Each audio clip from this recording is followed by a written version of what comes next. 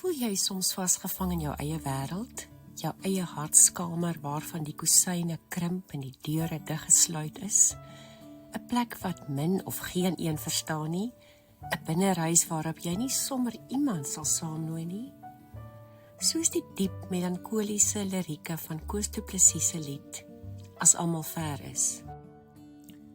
As almal ver is, word die hart skielik koud. As die wêreld 'n ster is, afsydig en koud, smeer die gordyne 'n komplot teen die lig, krimp die kosyne en deure sluit dig. As almal ver is, vind jy jouself waar jy in laaie in stil hartskamers delf.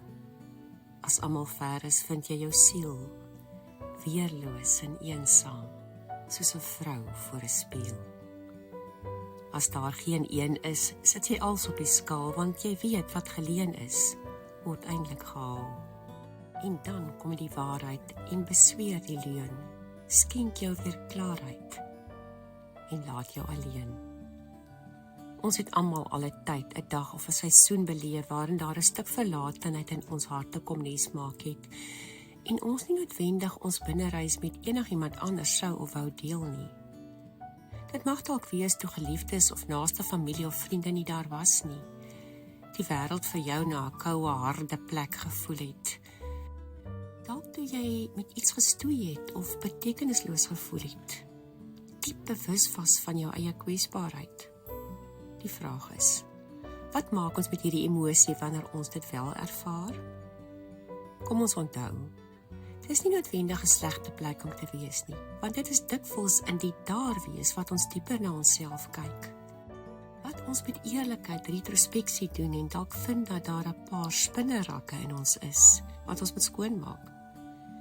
En ongeag of ander naby is of nie, ons Here, die een wat ons gedagtes weet, lang voor ons het nog self kon lees, kom sit dan juis by ons. Ja, hy kom loer nie net nou en dan in die voorportaal van ons lewe in nie. Hy kom sit daar by ons in die stoorkamers van ons harte, daar waar ons dikwels niemand anders toelaat nie.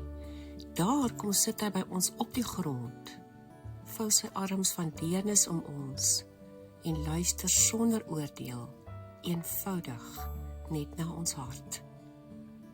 Kom ons bid. O Heilige Gees, dankie dat ek ook in my verlatenheid nie deur U verlaat is nie. Dat ek wanneer ek alleen voel stryd het, altyd kan weet. U kyk met deernis na my. Altyd, sonder verwyte. Amen.